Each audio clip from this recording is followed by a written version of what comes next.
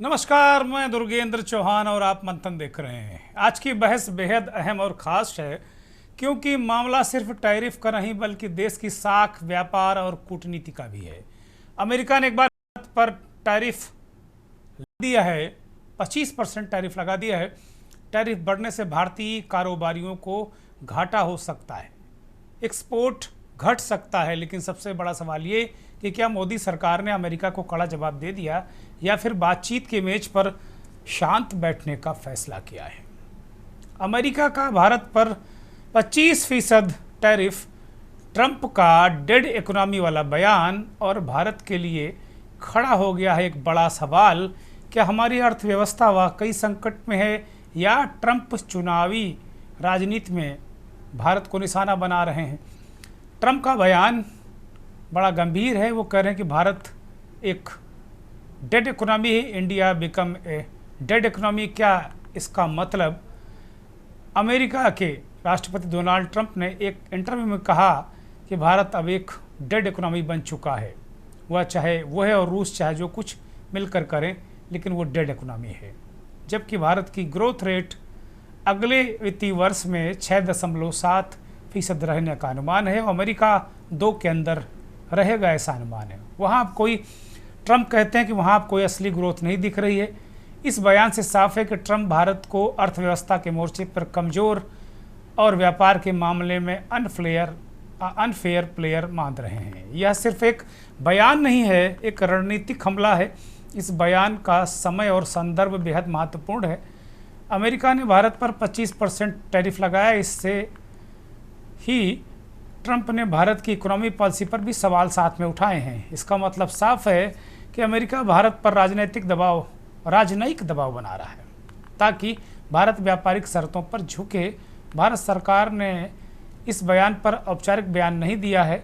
भारत को इस बयान को व्यक्तिगत नहीं, नीतिगत स्तर पर समझना होगा। ऐसे में सवाल है कि क्या भारत की इकोनॉमी वाकई डेड है, जबकि अंतर्राष्ट्रीय मुद्रा कोष ये बता रहा है कि भारत दुनिया की 5वीं सबसे बड़ी अर्थव्यवस्था है। कई सेक्टर, टेक्नोलॉजी, फार्मा, एग्रीकल्चर में भारत तेजी से बढ़ रहा है। तो ट्रंप का डेड इकोनॉमी वाला बयान न केवल तथ्यात्मक रूप से गलत है बल्कि राजनीतिक रूप से उत्तेजक भी है। डोनाल्ड ट्रंप ने भारत को डेड इकोनॉमी कहकर क्या सिर्फ बयान दिया है या फिर व्यापारिक जंग की चेतावनी दे दी है? क्या भारत तब जवाब देगा या चुप रहेगा या सहेगा? और सबसे ज़रूरी कि आने वाले वक्त में हमारी अर्थव्यवस्था पर, नौकरियों पर ट्रंप के टैरिफ वार का असर देखने को मिलेगा। यही आज मंथन में हमारा सवाल होगा, क्योंकि टैरिफ सिर्फ टैक्स नहीं, एक मैसेज भी होता है।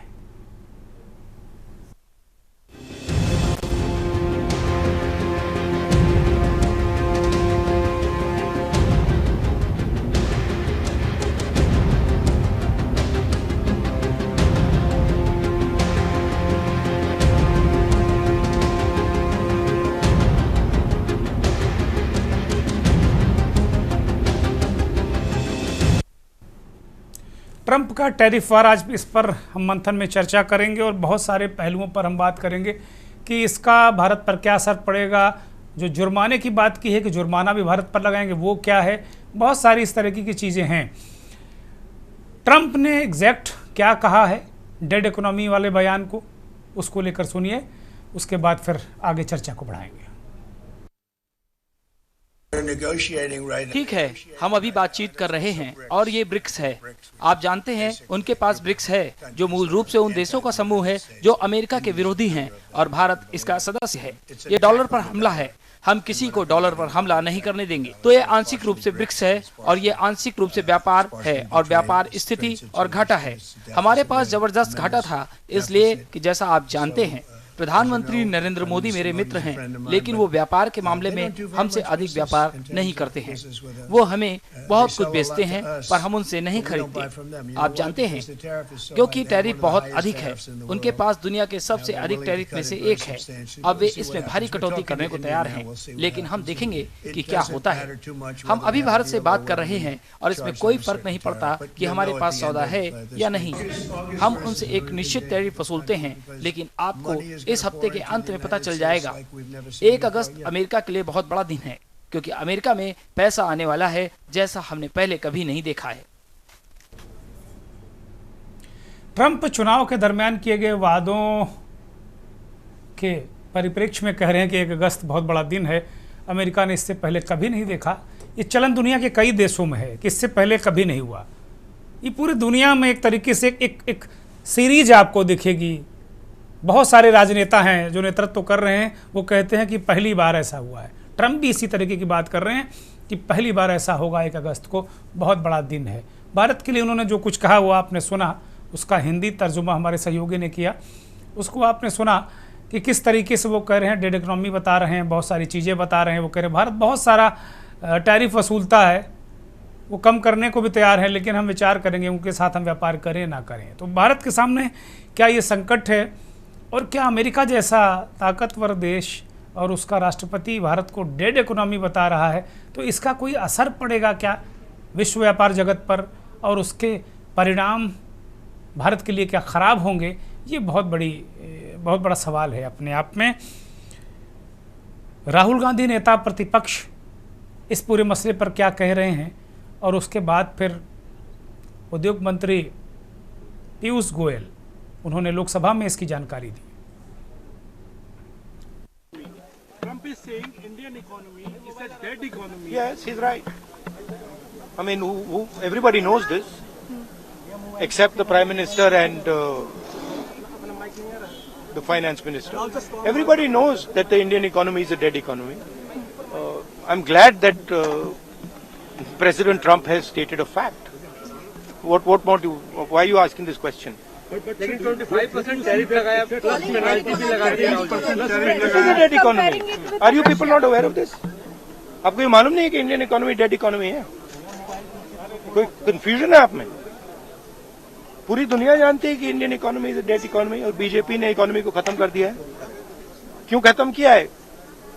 अदानी जी की मदद करने के लिए खत्म किया है। तो आप लोग हैरान क्यों लग रहे हो?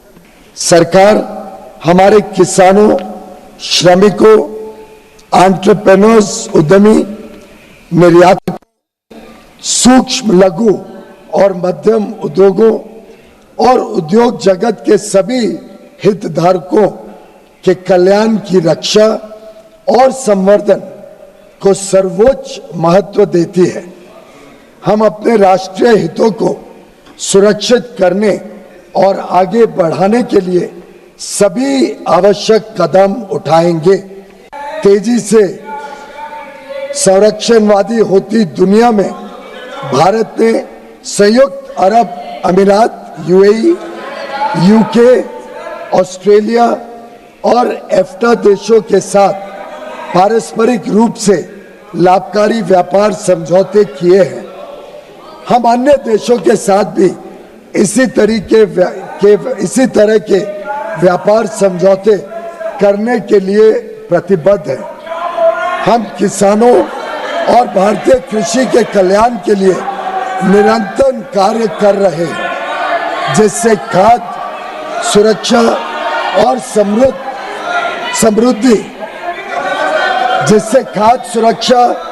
समृद्धि सुनिश्चित की जा सके।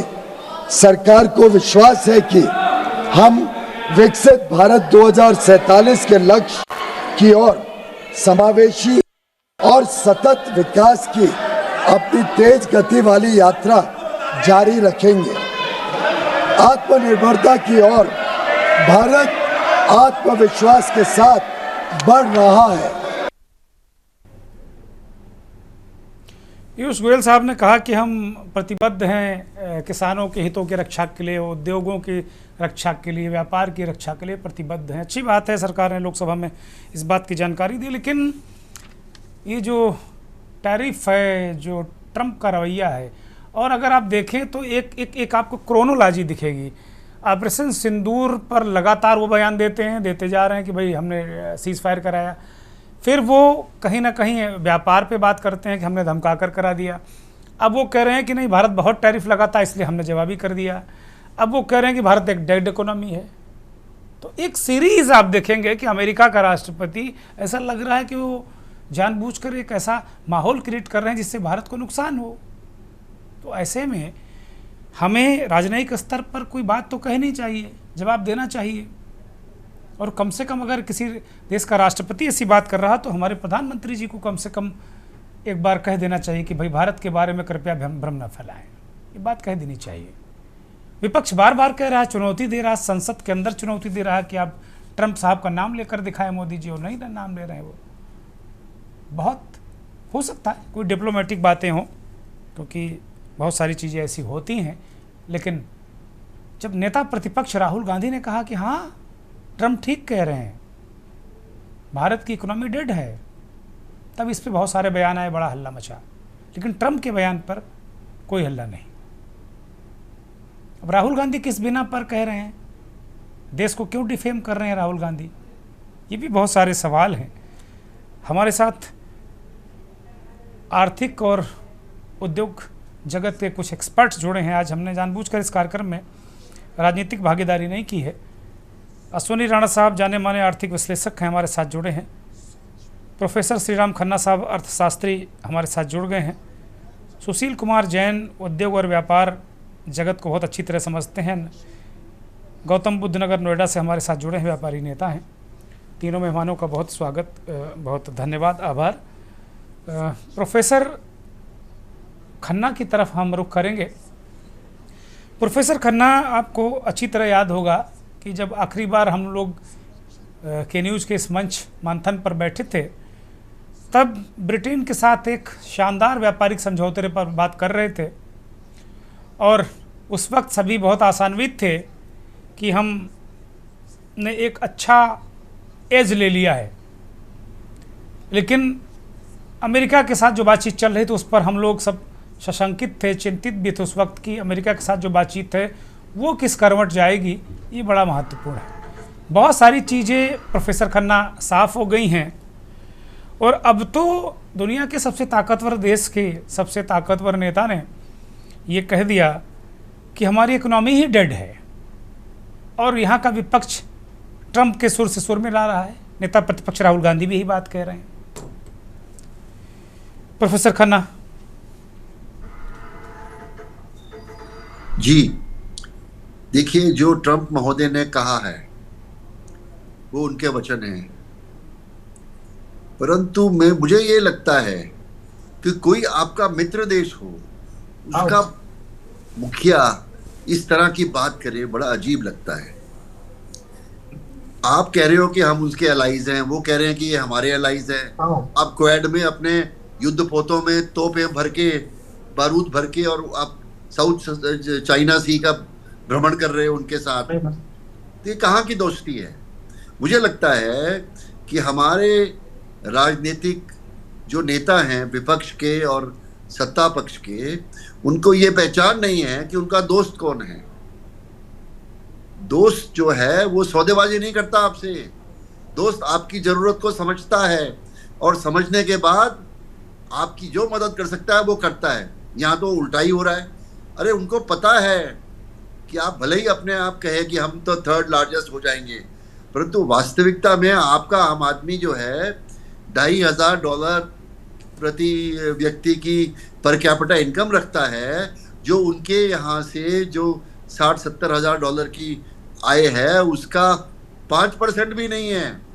तो वो आपको $2,500 से $5,000 पे जाने में मदद नहीं कर रहा। और जो व्यापारिक जो उनकी नीति है वो चाहती है कि हिंदुस्तान में गरीबी बनी रहे और यहाँ के लोग खुशहाली ना देखें। तो आप जितना मर्जी वो जो कौन सा काल है आप कहते हो, अमृत काल वहां पहुंचाने में अमेरिका आपकी मदद नहीं करेगा, क्योंकि अमेरिका में एक तानाशाह राज कर रहा है, और वहां की जो संसद है वो पंगु हो गई है। जो डेमोक्रेट्स हैं उनकी घिग्गी बन गई है, और वो ना इसका विरोध कर पा रहे हैं, ना अपनी आवाज़ उठा पा रहे हैं। और ये कोई हमारे लिए जो किया उसने वो तो अजीब है, पर उससे ज़्यादा किया जो उसने यूरोप पे, वो भी उससे ज़्यादा अजीब है। यूरोप के तो जो देश हैं नेटो के मेंबर, वो तो 75 साल से उसकी पूंछ के पकड़ के और दुनिया भर में घूम रहे हैं। जहाँ वो कहता है बम मारो वहाँ बम मार देते हैं, जहाँ वो कहता है कि अपने विमान भेजो वहाँ विमान भेज के गोलीबारी करा देते हैं। इराक में हुआ, अफगानिस्तान में हुआ, और भी कई जगह हुआ। तो आप ये समझिए कि आप ऐसे देश के साथ बात कर रहे हैं जिनके नेता ये कहते हैं कि वो हमारे अलाइज हैं और हमारे साथ होना चाहते हैं और हमारे को पीछे से छुरी घोंप रहे हैं। तो इसकी तो जानकारी हमारे नेताओं को लेनी पड़ेगी। और मैं आपको स्वयं कहता हूँ, आज की इस समय पे मैं 2 नाम याद करता हूँ।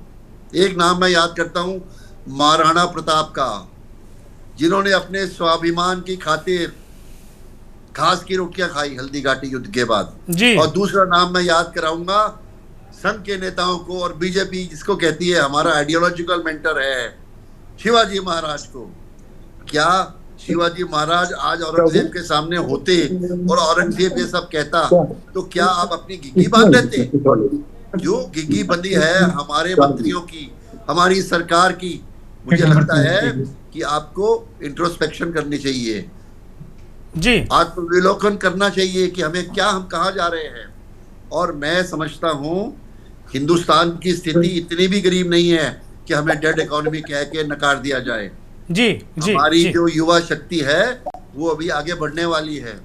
अमेरिका की मार्केट में वो 15% लगाए या 25% लगाए, ऐसा मैं मानता हूँ, क्योंकि 95% आपका ये प्रोडक्ट्स भारत में खपत होते हैं। आपका जो एक्सपोर्ट का जीडीपी है वो 5-7% का ही है। अगर उसमें कुछ कमी आ जाएगी तो हमारे को मुश्किल नहीं होगी। हाँ, मुश्किल होगी कुछ उद्योगपतियों को, टेक्सटाइल्स को, लेदर को, गारमेंट्स को, इंजीनियरिंग गुड्स को, कि भाई एक तुम्हारा 10% बढ़ना था वो 10% कम हो जाएगा। पर इससे हमारे देश की जो प्रगति है, आर्थिक प्रगति है, उसमें कोई असर नहीं देने वाला। और याद करिए ऑपरेशन सिंदूर से पहले और उसके बाद जो व्यक्ति आपके दुश्मन के आर्मी चीफ को अपने व्हाइट हाउस में बुला के और उसके गुणगान कर रहा है, वो आपका दोस्त कैसे हुआ? तो ये सवाल संसद में उठना चाहिए, क्या अमेरिका हमारा दोस्त है या नहीं? नहीं, संसद में तो विपक्ष लगातार पूछ रहा है प्रोफेसर खन्ना, संसद में तो विपक्ष लगातार पूछ रहा है। जब सरकार ने ठान लिया कि उसे जवाब ही नहीं देना तो फिर विपक्ष क्या कह सकता है? सर पटक रहा विपक्ष जी। अश्वनी राणा साहब हमारे साथ लगातार जुड़े हैं। इस बीच कुछ और मेहमान हमारे साथ जुड़ गए हैं। इस देश के जाने माने वरिष्ठ पत्रकार, संपादक, विश्लेषक आलोक भदौरिया जी भी हमारे साथ जुड़े हैं और गौरव धाकरे साहब आयात निर्यात से जुड़े हैं, आयातक हैं, बहुत सारी चीज़ों को विदेश से मंगाते हैं, प्रोडक्शन करते हैं, वो भी हमारे साथ जुड़े हैं। बहुत स्वागत, बहुत धन्यवाद। अश्वनी राणा साहब, अभी प्रोफेसर खन्ना ने तो बहुत आक्रोश व्यक्त कर दिया। उन्होंने कहा कि साहब बिल्कुल हम लोग क्यों चुपचाप बैठे हुए हैं, हमको जवाब देना चाहिए, हमको बात करनी चाहिए, हमको एक कड़ा संदेश देना चाहिए कि कम से कम इस तरह की बातें भारत के बारे में मत कीजिए।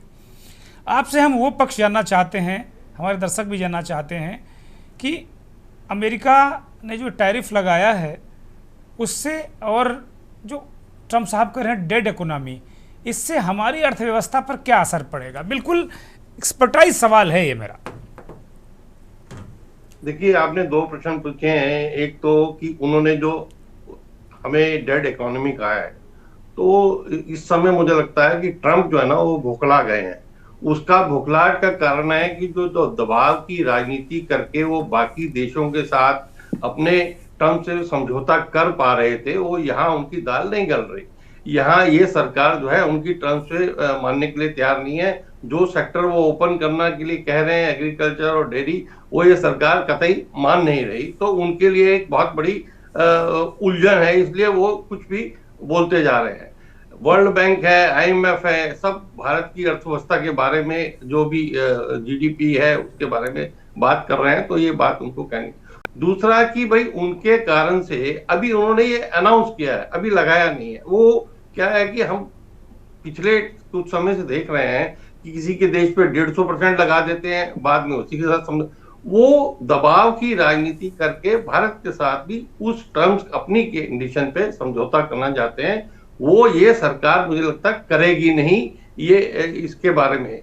और लेकिन बड़ा कष्ट ये होता है कि श्री राम खन्ना जी का जो आक्रोश है बिल्कुल जायज है, लेकिन ऐसा आक्रोश जो हमारी पॉलिटिकल पार्टियों को क्यों नहीं, कि जब देश की बात आती है तो सबको इकट्ठा होना चाहिए कि भाई देश के अगेंस्ट कोई कुछ बोल रहा है, तो वो भी एक बड़ा अजीब सवाल है। लेकिन ये पक्का है, अब उन्होंने ब्रिक्स का अपने आप ही हवाला दे दिया, वो डॉलर की उनको चिंता है, वो भाई आप ये थोड़ी कह सकते हो, दादागिरी नहीं है आपकी कि आज इस समय में ग्लोबली जबकि फ्री ट्रेड एग्रीमेंट हो रहा है कंट्री टू कंट्री, कि मेरे साथ व्यवहार करो और मेरे टर्म्स पे करो, वो जमाना नहीं रहा। अब जो यूएस अगर सोचता हो, और बिल्कुल खन्ना जी ने भी सही कहा है कि हम जो उनको एक्सपोर्ट करते हैं अगर वो हम छोड़ भी दें सारा, तो हमारे लिए विश्व के इतने देश खुले, हम उससे ज्यादा एक्सपोर्ट कर सकते हैं, प्रोवाइडेड सरकार उसके ऊपर प्रोएक्टिव हो जाए।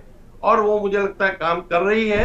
और इस अमेरिका को एक बार सबक सिखाने की जरूरत है, क्योंकि उसकी जनता ही उसको, जो जेनरिक मेडिसिन हम सस्ती उसको दे रहे हैं वो कहीं से उसको नहीं मिलेगी, या बाकी जो चीजें हम सस्ती उनको दे रहे हैं वो किसी भी कंट्री से उसको नहीं मिलेगी। तो उनकी पब्लिक ही उनको मारने वाली है कि भाई इतनी महंगी चीजें आप हमें क्यों दे रहे हो, वहां इन्फ्लेशन बढ़ेगा। और वो ये सोचते हैं कि वहां ये बना लेंगे, वो अपना टर्म तो उनका छोटा सा है, अगले टर्म तक भी वो नहीं कर सकते, क्योंकि वहां पर जो एक पूरा सेटअप है, जो लेबर है, जो बाकी इंडस्ट्री की ग्रोथ है, वैसा लोग काम करने के लिए तैयार नहीं है। तो इसलिए सिर्फ ट्रम्प की इस प्रकार की बात से हमें बहुत ज्यादा चिंतित होना चाहिए, और सरकार उसका टाइम के ऊपर मुझे लगता है कि सही जवाब देगी। ठीक बात है। व्यापारी नेता सुशील जैन हमारे साथ जुड़े हैं नोएडा से।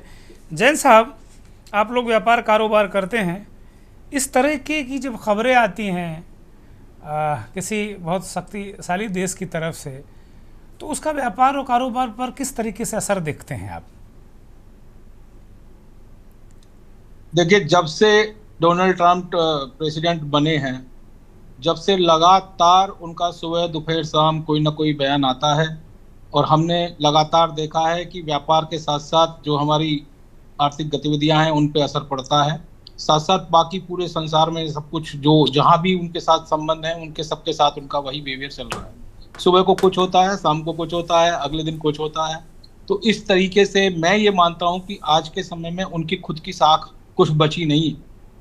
जो व्यक्ति हमारे देश के बारे में इतना बोलकर ये कहते हो कि डेड इकोनॉमी है, मुझे ये लगता है कि उनकी संसद जो भी है वो वहाँ पर वो भी डेड है, जो उनके अगेंस्ट कुछ कर ही नहीं पा रही है। तो जो असर हमारे व्यापार की बात हो रही है, तो क्योंकि जो आप देखिए पहले जो जितना भी ये टैरिफ था वो 2 से 5% के बीच होता था, जो आज के समय में जो अभी पिछले 3 महीने से चला आ रहा है वो 10% बढ़ के 12 से 15% ऑलरेडी हो गया था, और ये 25 होने के बाद में और 10% का असर अब 25% के आसपास सारा हो जाना है। तो मुझे लगता नहीं है कि ये बहुत दिन चलेगा, थोड़ा एक समय की बात है। क्योंकि देखिए, जो जब ये चीज़ें वहाँ पर महंगी होंगी तो अल्टीमेटली तो वहाँ की जनता को ही वो सारा पे करना है, तो महंगाई तो वहाँ पर आएगी, और उसका वो क्या समाधान निकालेंगे, किस तरह करेंगे। हमारे यहाँ थोड़ा बहुत एक समय का इफेक्ट जरूर होगा, कुछ एक्सपोर्ट्स कम होंगे, कुछ इंडस्ट्रीज पे असर पड़ेगा, जैसे कपड़ा है, जेंट्स ज्वेलरी है, और बहुत सारी चीज़ें ऐसी हैं जिन पर ये असर पड़ सकता है और पड़ रहा है पिछले 10% होने के साथ साथ। लेकिन मैं ये मानता हूँ कि ये कोई एक प्रभावी नीति उन देशों की नहीं है, वो सिर्फ एक अपनी दादागिरी चला रहे हैं। और इस दादागिरी का सिंपल इलाज जो मैं समझता हूँ, जैसे सरकार अभी कर रही है, इस समय आने दो, उनकी डिमांड आएंगी, और उन डिमांडों की जब पूर्ति होनी होंगी तो उन्हें कोई दूसरा देश शायद ही मिले जो इन रेट्स पे काम कर पाए। तो धीरे धीरे हर चीज़ अपने समय पर आ जाएगी, और मैं समझता हूँ कि सरकार भी अपनी नीतियों को उस तरह चला रही होगी। निश्चित रूप से कुछ ना कुछ अंदर खाने सरकार की बातचीत चल रही होगी, और कहीं ना कहीं कोई समझौते के आसार मुझे लगते हैं कि जल्दी होंगे। ठीक बात है, ये बड़ी महत्वपूर्ण बात है। एक व्यापारी, एक उद्यमी यही उम्मीद करता है कि कुछ अच्छा हो रहा होगा, ऐसा हो जाएगा, ऐसा हो जाएगा तो वैसा हो जाएगा। व्यापार, किसानी सब उम्मीदों पर ही रहती है, और ये व्यापारी, किसान, ये सरकारों के रहमो करम पर रहते हैं, और ट्रंप जैसे लोगों के रहमो करम पर हम आ जाएं तो बहुत ही मुश्किल है। तो क्या कर सकते हैं? एक ब्रेक ले रहे हैं। आप देख रहे हैं के न्यूज़, खबरों का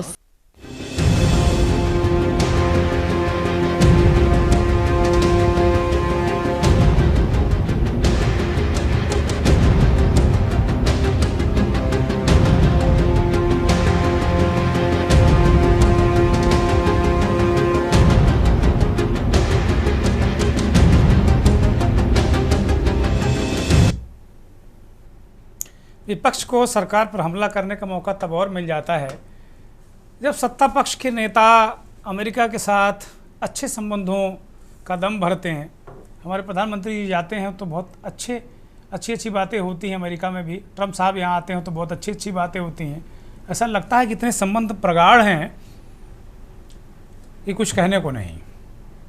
लेकिन जब इस तरह की चीज़ें आती हैं तो जाहिर सी बात है विपक्ष को उंगली उठाने का मौका मिलता है। और देश के बहुत सारे लोगों के मन में ये सवाल आता है कि भाई हम तो जाके आपकी बेहतरी के नारे लगा रहे थे आपके देश में जाके, और आप हमारे ही पीठ नहीं पेट में छुरा भोंक रहे हैं, मज़ा ले रहे हैं।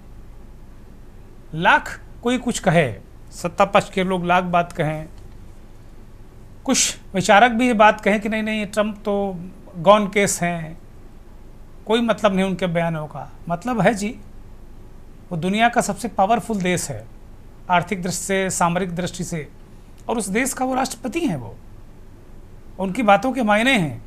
आप ये कह के अपनी समस्या को और बड़ा कर रहे हैं। अब तक उनको कोई ना कोई जवाब बहुत हाई लेवल पर दिया जाना चाहिए कि आप भारत के बारे में इस तरह की टिप्पणी मत करें। आप डेड इकोनॉमी, दुनिया के सबसे ताकतवर देश का प्रेसिडेंट कह रहा हो कि भारत एक डेड इकोनॉमी है, क्या बचा है? बहुत गंभीर सवाल है।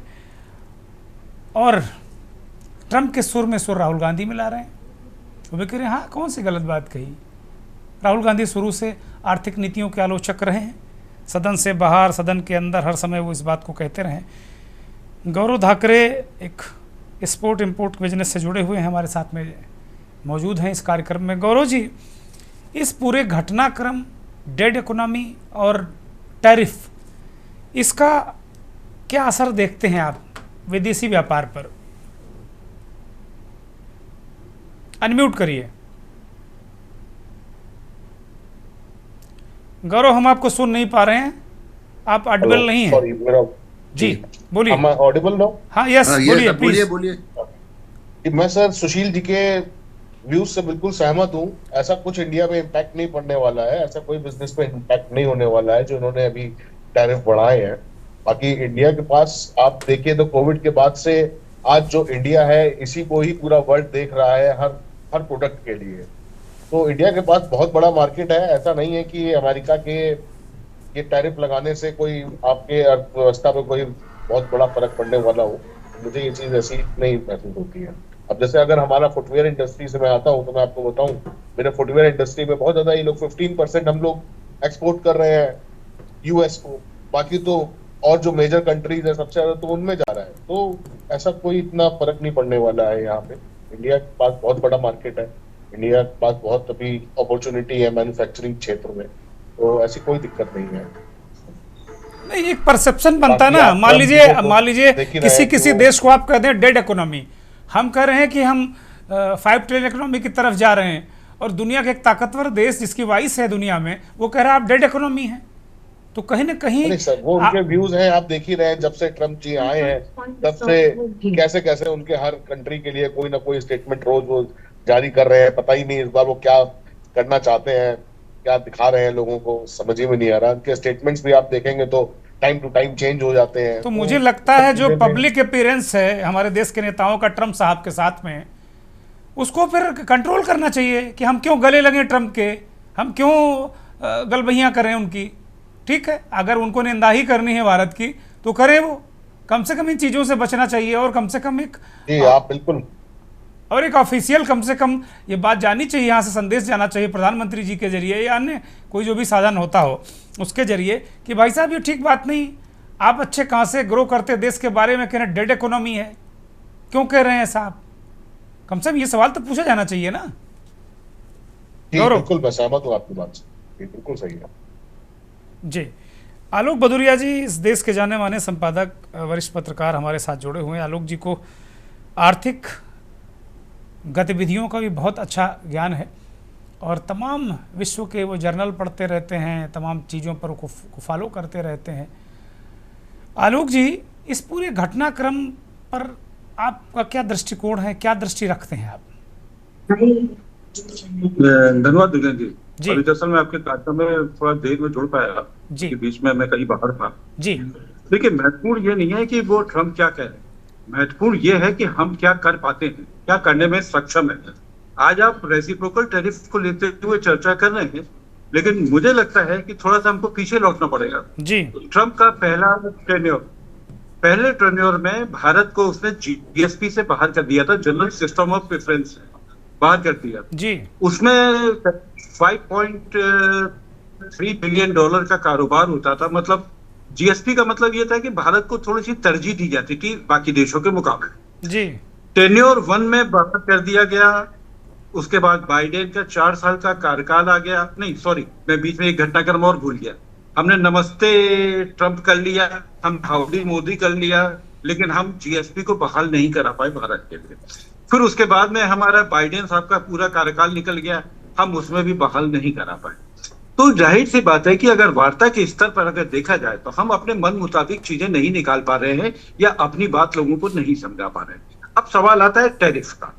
आपने जब जो ब्रिक्स वाला जो सम्मेलन हुआ था तो उसमें ये बात चल रही थी कि एक हम अपनी मुद्रा लाएंगे जिसको पेचेक करके नाम दिया गया था, और उसमें ये था कि हम डॉलर के मुकाबले खड़े हो जाएंगे, क्योंकि ब्रिक्स में और जो बाकी देश जो शामिल हो गए थे इन 5 देशों के अलावा, तो दुनिया की करीब 40% जीडीपी इनके जरिए जनरेट होती है। तो उनका यह था कि हम अपने इसके करेंसी में एक अपनी करेंसी लाएंगे यूरो के अंदाज में और अपना करेंगे। लेकिन वो उनका मुद्दा परवान तो चढ़ा नहीं। तो उसमें हुआ क्या? अब जाहिर सी बात है कि अब अगर आप डॉलर को चुनौती दे रहे हैं जो करीब 193 देशों में उसको वो ट्रेजरी बेंच में सब जगह इसके पैसे लगे होते हैं। भारत का भी पैसा वहां पे लगा हुआ है, उनका भी पैसा लगा रहता है, चाइना का भी लगा हुआ है। डॉलर को अपदस्थ करने की सोच रहे हैं तो आपके पास में क्या प्लान है? प्लान कुछ नहीं। आप 2 करेंसी के साथ में कैसे आप काम करेंगे? अगर हम ब्रिक्स की बात करते हैं, क्योंकि आपके कुछ पैनलिस्ट ने ब्रिक्स की भी बात की थी, तो ब्रिक्स की आप ये बात करें तो अब देखिए, एक वहां पर ब्रिक्स में सबसे ज्यादा दमदार देश है कौन? भाई युआन चलेगा, रूबल चलेगा, और उसके बाद अगर तीसरे नंबर पर देश आएगा तो वो दिरहम चलेगा। रुपए नहीं चलने वाला। इसलिए नहीं चलने वाला क्योंकि रुपए का कारोबार बिल्कुल बहुत सीमित है, और चीन का बहुत बड़ा, चूंकि वो मैन्युफैक्चरर है तो बहुत दुनिया की सबसे बड़ी फैक्ट्री है, तमाम देशों में वो कारोबार कर सकता है, और रूस अपनी एनर्जी को रूबल के थ्रू घुमा सकता है। भारत का तो रुपया कहीं आ नहीं रहा। लेकिन इसके बावजूद जिस तरीके से डॉलर की पिचिंग को, डॉलर को आप खराब करने पर तुले थे, तो अमेरिका को बोलना था, वो बोला। अब वो अलग बात है कि मेक अमेरिका ग्रेट अगेन को लेते हुए ट्रम्प की फिलॉसफी क्या है, वो कितनी फिलॉसफी आगे बढ़ेगी। अब ले देकर हम इसमें बात आते हैं टैरिफ की। अब टैरिफ की बात है कि सबसे पहले अगर आप याद करिए तो 2 अप्रैल को जो घोषणा की गई थी वो 26% टैरिफ की गई थी, रेसिप्रोकल टैरिफ की। तो उसमें से एक रियायत देकर इन्होंने भारत के ऊपर 25% कर दिया है, और जो ब्रिक्स देशों के ऊपर है उसमें 10% लगा रखा है। तो यानी भारत अभी टैरिफ की चपेट में है, 25 + 10 35%। और उसके बाद अगर रूस से अगर वो डिफेंस इक्विपमेंट्स खरीदता है और वो तेल वहां से अगर वो मंगाता है, तो आप ये मान करके चलिए कि जो वहां पे यूएस के जो ट्रेजरी मिनिस्टर है स्कॉट बेसेंट, उन्होंने कहा है कि ये पेनल्टी 100% तक हो सकती है। और इसका उन्होंने उदाहरण भी किया। उन्होंने बहुत ही कटाक्ष वाले अंदाज में कहा है कि जैसे चीन के साथ में जो बातचीत हो रही है, चीन ने कहा था कि we are the sovereign country, we don't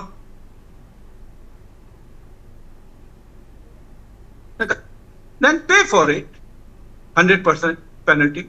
तो ये तो एक स्थितियां हैं। अब इस स्थितियों को भारत के समकक्ष देखा जाए। देखिए, रथिन रॉय दुनिया के एक बड़े, मतलब एक अच्छे खासे अर्थशास्त्री थे। उन्होंने क्या कहा था? इंटरनल कंजम्पशन के आधार पर कोई भी देश बड़ा नहीं हो सकता है, और उसकी जीडीपी एक सीमा से ऊपर नहीं जा सकती है। किसी जमाने में इसको हिंदू ग्रोथ रेट भी बोला जाता था, 4%, 5%, 6%, इससे आप ऊपर नहीं जा सकते हैं। लेकिन इंटरनल कंजम्पशन के आधार पर कोई देश उतनी तरक्की भी नहीं कर सकता। तरक्की करने के लिए जरूरी है कि वो एक्सपोर्ट ओरिएंटेड कंट्री बने जी। तो सवाल यह है कि क्या भारत एक्सपोर्ट ओरिएंटेड कंट्री बन पा रहा है? क्या हम उस तरीके से तैयार कर रहे हैं? उसके लिए 2 चीजें चाहिए होती है महत्वपूर्ण। पहला, स्पीड क्या है भारत की, और दूसरा स्केल क्या है। अगर आप स्पीड और स्केल में अगर आप चाइना को मैन्युफैक्चरिंग में आप मात नहीं कर सकते, ये सारी चीजें तो हम लोग जानते हैं। एक मैं और कहूंगा, उसके बाद में अपनी बात खत्म करूंगा। जैसे हम लोग आजकल बड़ा ढोल पीटते हैं क्या? हम सबसे बड़े मोबाइल के वो हो गए, एक्सपोर्टर हो गए। अरे भाई, मोबाइल के एक्सपोर्टर हो गए तो पूरी तस्वीर भी तो बताओ। पूरी तस्वीर क्या है? आप बहुत सारी चीजों में ग्लोबल चेन का पार्ट बनने की कर रहे हैं। आपके से सामान लाते हैं, उसको ये करते हैं। कितना सामान मांगा का करीब सामान भारत में आता है, उसको आप असेंबल करके करते हैं, तो आप एक्सपोर्ट आप कर रहे हैं। टेक्निकली आप एक्सपोर्ट कर रहे हैं, लेकिन भारत में मैन्युफैक्चरिंग नहीं बढ़ रही है। अगर मैन्युफैक्चरिंग नहीं बढ़ेगी, अगर आप आईआईपी के भी अगर डाटा उठा कर देखें, तो जो आईआईपी के जो 2 डाटा लाए हैं, उनमें भी भारत की मैन्युफैक्चरिंग नीचे गिरावट में है।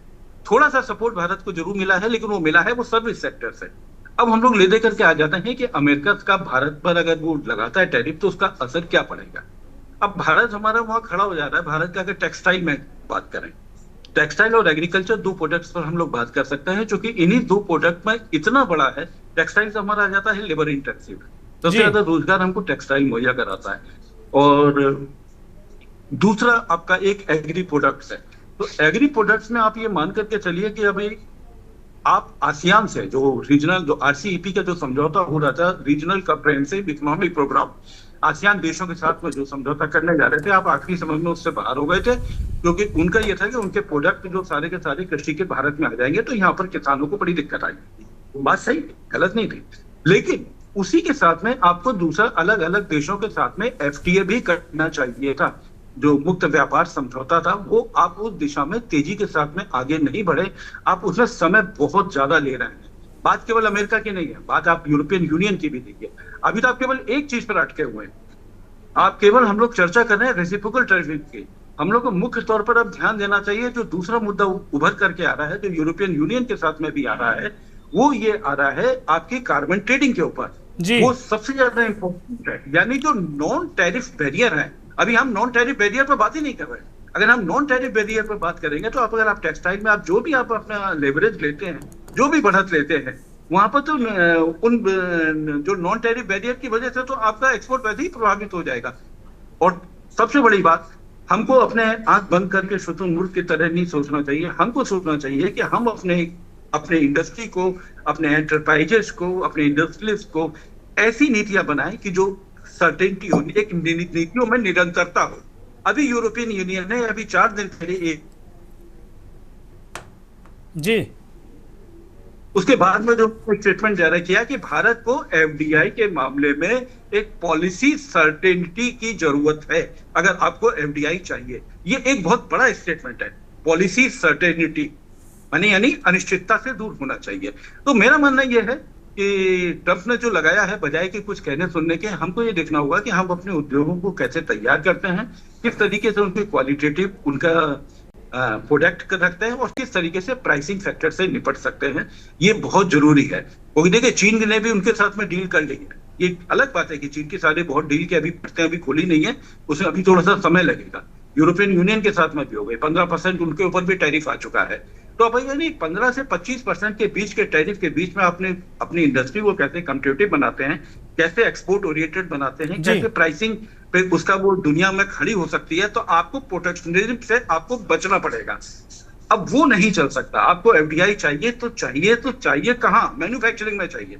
आपको सर्विसेज और शेयर मार्केट में नहीं चाहिए कि एफपीआई आ गया, पैसे लगा दिया, आप उसकी गिनती करने लगे, हमारे पास तो इतना एफडीआई है ना। मैन्युफैक्चरिंग में कितना एफडीआई है, उसके बिना काम नहीं चलने वाला। तो हमको आंखें खोलकर अपने उद्योगों को तैयार कराना पड़ेगा। और वो भी देखना पड़ेगा कि अगर कोई सरकार का कोई ऐसा बंदा, कोई अधिकारी, कोई नेता अगर वार्ता में विफल हो रहा है, तो किसी दूसरे को मत बनाकर वार्ता की तरफ में अपनी शर्तें, अपनी करना चाहिए, ताकि हम अपनी शर्तों पे भी कुछ काम कर सकें। ठीक बात है। प्रोफेसर श्रीराम खन्ना की तरफ रुख करेंगे। प्रोफेसर साहब, आलोक जी ने बहुत सारगर्भित तरीके से बहुत सारी चीज़ों को स्पर्श किया। उन्होंने कहा ठीक है, आप ट्रंप को जवाब दीजिए ना दीजिए, आपको मुंह चलाने की ज़रूरत नहीं है, ठीक है। उन्होंने वो जो कह रहे हैं उनको कहने दीजिए। लेकिन क्या हम इन स्थितियों से निपटने में तैयार हैं कि भाई 15 से 25% अगर कोई हमारे ऊपर टैरिफ लगाता है, तो अपनी इंडस्ट्री को हम इस लायक बनाएं, और उसमें हमारी रफ्तार सुस्त है? तो क्या यही वजह है कि ट्रंप को ये कहने का मौका मिलता है कि भारत की इकोनॉमी डेड है? प्रोफेसर खन्ना, देखिए, जिस तरह पोकर ताश की गेम खेलने वाले अपने पत्ते ना होते हुए भी बढ़िया पत्तों का एक दिखावा करते हैं गेम को जीतने के लिए, उसी प्रकार ये गेम चल रही है। आपको ट्रंप महोदय धमका रहे हैं, आपको डरा रहे हैं कि आप उनकी बात मान जाओ। मैं एक और बात कहना चाहता हूं, हमें नहीं माननी चाहिए उसकी बात, क्योंकि 2 दिन पहले अमेरिका की सुप्रीम कोर्ट का फैसला आया है कि टैरिफ लगाने का अधिकार प्रेसिडेंट ऑफ यूएसए को नहीं है, वो केवल कांग्रेस लगा सकती है। तो जो भी नेगोशिएट करेंगे ये, इनको कांग्रेस में अप्रूव करवाना पड़ेगा। तो मुझे तो लगता है कि हमारी सरकार कुल के लोगों को, हमारी एम्बेसी को, हमारे लॉबिस्ट को यूएस कांग्रेस में अभी से प्रचार शुरू कर देना चाहिए कि भाई अगर आप हमारे को दोस्त मानते हो तो ये दोस्त का व्यवहार नहीं है आपका प्रेसिडेंट हमारे साथ चल रहा, और इसको लोकतांत्रिक तरीके से अपने विचारों को व्यक्त करते हुए एक वातावरण बनाना चाहिए कि क्या का हिंदुस्तान जैसे गरीब देश में जो गरीब लोग $2,500 प्रति एक साल में जो कमा रहे हैं, उनकी रोटी रोजी मारना चाहता है और हमारे को अपना दोस्त कहता है, और हम हमारे युद्ध पोतों को अपने पोतों के साथ क्वाड में शामिल करके दुनिया भर के समुद्र में चक्कर लगवाता है। क्या हम उसके दोस्त हैं? क्या इसका मतलब दोस्ती है? क्या अमेरिका के लोग ये सोचते हैं कि इस तरह किसी दोस्त को ट्रीट किया जाता है? ये इशू बनना चाहिए। और मैं तो मानता हूं कि भारत की संसद में एक प्रस्ताव आना चाहिए जो विपक्ष और सरकार मिल के बताएं कि भाई अगर हमें किसी देश को अपना मित्र चुनना है तो उनसे हमें क्या क्या उम्मीद है। हमें बेशक क्रिटिसाइज ना करें ट्रंप को, परंतु हम ये तो कह सकते हैं हम किसको दोस्त मानते हैं। क्या अमेरिका हमारा दोस्त है? ये सवाल सबसे बड़ा है, और इसको इस सवाल का जवाब करे बिना अब आपने अगर एग्रीमेंट कर भी लिया तो कदम कदम पे आपको ये सवाल का जवाब तंग करेगा और आपको ये जवाब देना पड़ेगा। तो ये केवल विदेश व्यापार का सवाल नहीं है, ये सवाल है अगले 25 सालों में आप अमेरिका से क्या दोस्ती कहाँ तक ले जाना चाहते हो, इसका तय करिए आप। क्योंकि अगर आज ही ये हमारे साथ बर्ताव है तो आप देख लो 75 साल जिसके साथ जो उनके साथ रहे यूरोप वाले, नेटो वाले, उनके साथ वो क्या बर्ताव कर रहा है। ये बड़े ध्यान की बात है जी। और ये सत्ता पुलट, आज तो आपसे दोस्ती की बात कर रहा है, परंतु एक रात लगेगी और ये आपके सरकार के तंत्र को फेल कर देगा किसी CIA के इस्तेमाल करके या और धमका के। आपको इन सारे चीज़ों के खिलाफ जो कहना है अभी कहना पड़ेगा, क्योंकि दोस्ती जब बन रही होती है तो क्लियर कर देना पड़ता है। जब 7 फेरे लिए जाते हैं तो पंडित जी कहते हैं कि भाई ये आप करोगी, तो हस्बैंड वाइफ कहते हैं हम करेंगे, तब शादी होती है। इस प्रकार दोस्ती में भी जो करना है वो अब कर लीजिए, ये मौका है। हिंदुस्तान की संसद के प्रत्येक दल को मिलकर एक आवाज में बोलना चाहिए।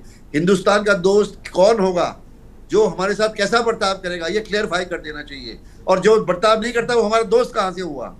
ये दोस्ती का वादा है, ये दोस्ती का एक टेस्ट बन गया है। ये केवल विदेश व्यापार नहीं हो रहा है, ये हिंदुस्तान के कौन से दोस्त है ये उन पे चर्चा हो रही है जी। धन्यवाद। खन्ना साहब, एक और महत्वपूर्ण सवाल है, इस पर कुछ प्रकाश डालिए कि जो उन्होंने कहा डेड इकोनॉमी, इसके पीछे क्या मंशा हो सकती है? हम क्या ऐसी खराब स्थिति में हैं? हम तो लगातार पढ़ते हैं, सुनते हैं, देखिए कि बहुत अच्छी स्थिति में हम। उस व्यक्ति की जिसकी आप बात कर रहे हैं, ट्रंप की, उसकी नेचर देखिए। जिस आदमी ने उसके इलेक्शन फंड में $300 मिलियन दिए और उसके साथ गली गली घूमता रहा वोट इकट्ठे करते हुए उसको प्रेसिडेंट बनाने में, जब जिस दिन उससे उसका झगड़ा हुआ तो उसने जो हमें कहा उससे कहीं ज्यादा बुरा उसने इलॉन मस्क को कहा, और फिर कहने के बाद फिर वो कर गया कि वो तो मेरा दोस्त है। तो आप ये समझ लीजिए कि ये एक शोबाजी हो रही है। आराम से बैठिए, देखिए ऊंट किस करवट बैठता है। और अभी तो जो ये नेगोशिएशन हो रहे हैं ये यूएस कांग्रेस में जाएंगे, और उसके बाद अगले साल वो है मिड टर्म इलेक्शन है। अगर डेमोक्रेट्स आ गए मेजॉरिटी में कांग्रेस में तो सारी हवा निकल जाएगी इसकी। इसलिए हमको प्रचार करना चाहिए, जो कांग्रेस के लीडर्स हैं, सेनेट के लीडर्स हैं, 1 to 1 उनमें जाके कि भाई आप ये क्या कर रहे हो, आप हमको दोस्त मानते हो तो दोस्ती निभाओ, ये दोस्ती वाला बर्ताव नहीं हो रहा हमारे साथ और हम इससे नाराज हैं। आप अब बोलना चाहिए, हर बार चमचागिरी करने का क्या मतलब है? लॉबिंग करने की आवश्यकता, आप ये कह रहे हैं कि डिप्लोमेटिक एफर्ट्स भी बहुत जरूरी हैं। व्यापार तो अपनी जगह है, लेकिन डिप्लोमेटिक एफर्ट की जरूरत है। डिप्लोमेटिक काफी ना हो तो पब्लिक लॉबिंग करनी पड़ेगी, कांग्रेसमैन की और सेनेटर्स की, आप ये समझिए। जी जी, खन्ना साहब ने बड़ी महत्वपूर्ण बातें रखी हैं और वो कह रहे हैं कि भाई हमको कहना चाहिए, और अगर हम नहीं कहेंगे, एक माहौल बनाना चाहिए विश्व में कि भाई हमारे साथ ये गलत हो रहा है, कोई मित्र के साथ ऐसी हरकत करता है क्या। सुशील कुमार जैन के पास फिर से जाएंगे। सुशील कुमार जैन, जो भारत का जो इंफ्रास्ट्रक्चर है, जो व्यापारिक स्थितियां हैं, जो प्रोडक्शन, अभी आलोक जी ने बड़ी महत्वपूर्ण बात कही कि हमें एफडीआई प्रोडक्शन में चाहिए, जो प्रोडक्शन है हमारा, ना कि हम केवल पैसा एफडीआई ले लें, शेयर मार्केट में लगा दें, यहाँ लगा दें, वहाँ लगा दें। इसको आप किस तरीके से देखते हैं?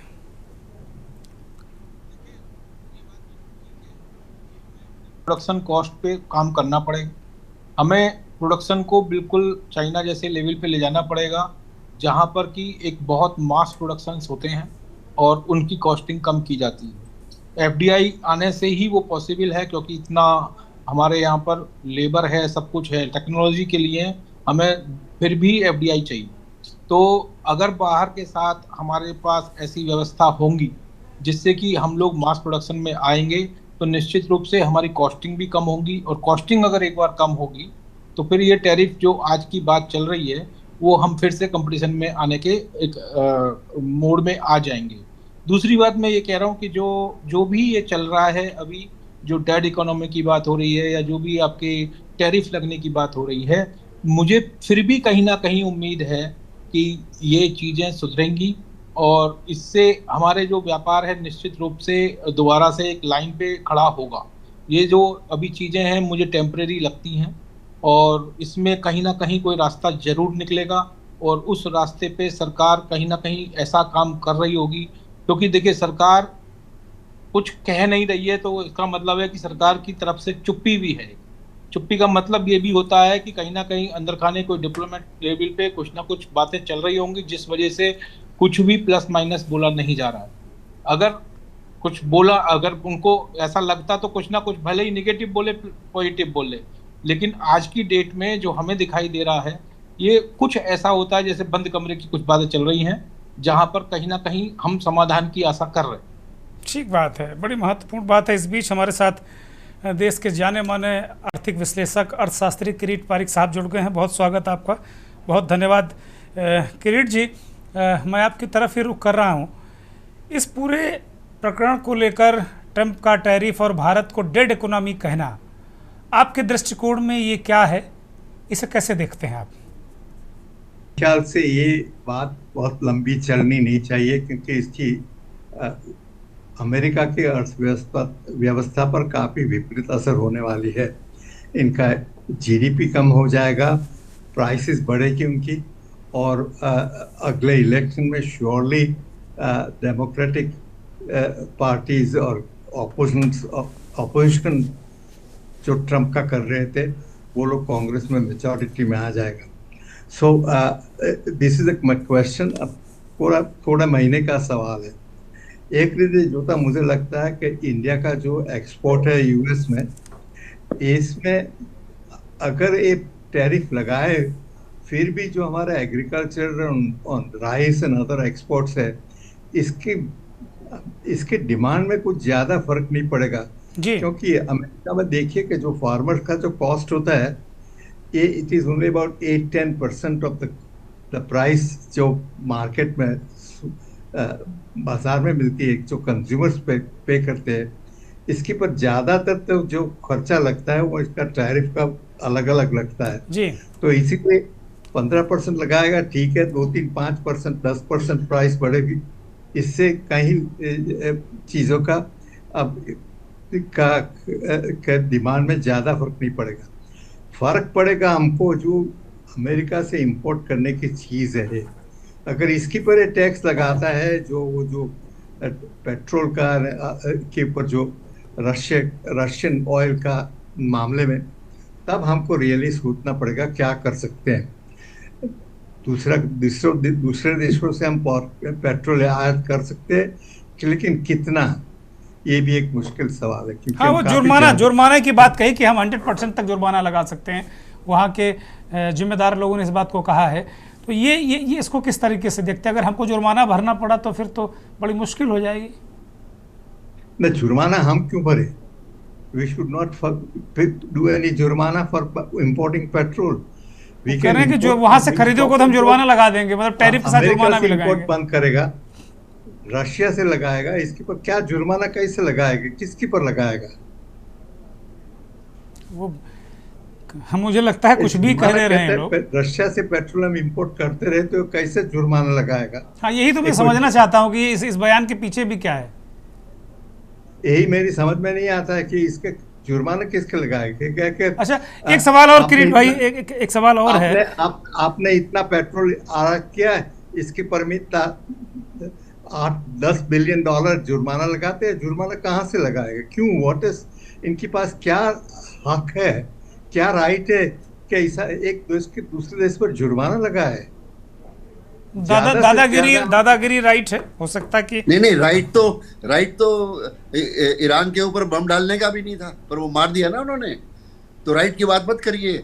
इस समय जिसके हाथ में लाठी है उसकी भैंस है, ये ट्रम्प का राज है।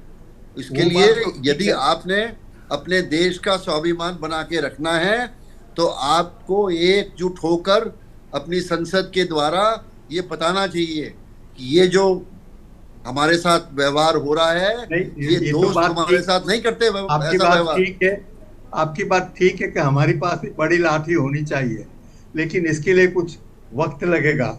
एंड सर्टनली लाठी हमको भी अच्छा, किरीट जी, हमारी इकोनॉमी पर उन्होंने टिप्पणी की है कि हमारी डेड इकोनॉमी है। इसको किस तरीके से देखते हैं? ये टिप्पणी के पीछे की मंशा क्या है? या इसमें जरूर हमको सारे रिफॉर्म्स करने हैं, लेकिन रिफॉर्म्स ज़्यादा is mainly reforms in administrative side. अगर पिछले दिन मैंने पढ़ा कि कहीं anybody wants to do something in India, कहीं 2300 डिफरेंट क्लियरेंसेस उसको लेना पड़ता है। अगर हर एक क्लियरेंस में कोई न कोई तो किसी का तो पैसा मिलता ही होगा। तो ये क्या अभी भी हो रहा है क्या? क्योंकि ये लगातार जब नरेंद्र मोदी की सरकार आई तो ये प्रचारित किया गया कि सारे वो जो औपचारिकताएं हैं वो खत्म कर दी गई, और आप आज भी इस बात को कह रहे हैं कि वही इतनी सारी क्लियरेंसेस लेनी पड़ रही। तो क्या अभी भी यही है क्या किरीट भाई? मैं अभी 4-5 दिन पहले ही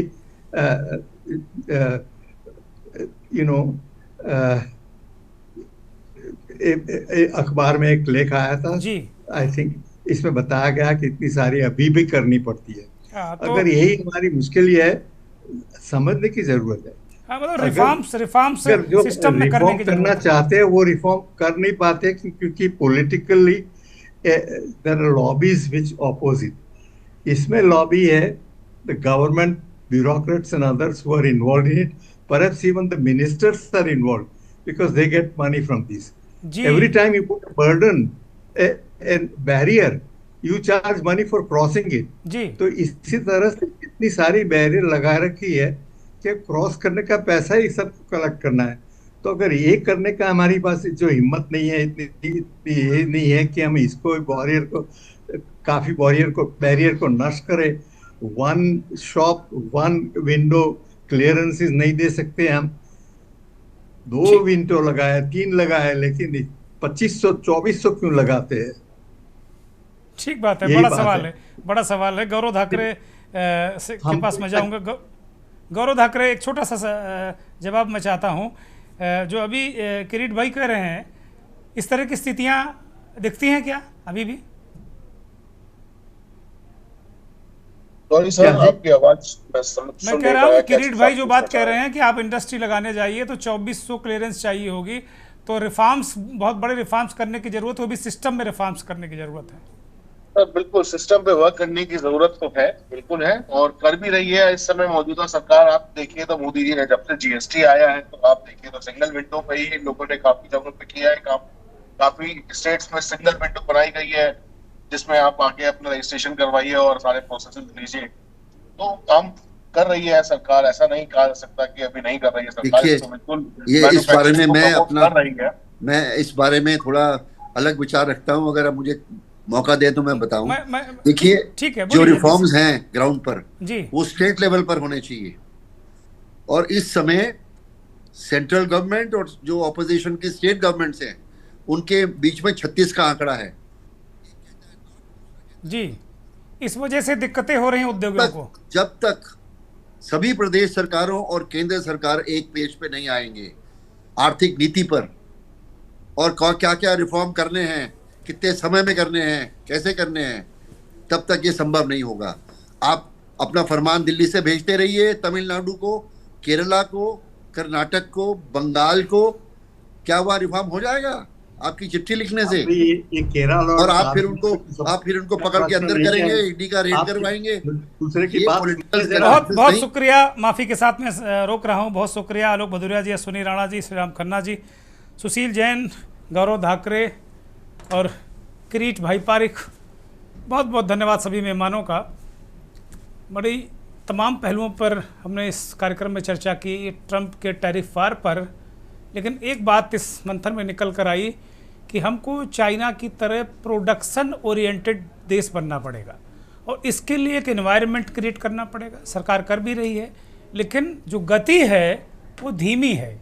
इस रफ्तार को बढ़ाना पड़ेगा, तभी हम ट्रंप की धमकियों का मुकाबला कर पाएंगे।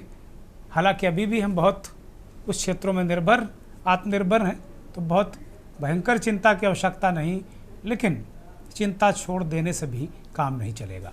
नमस्कार।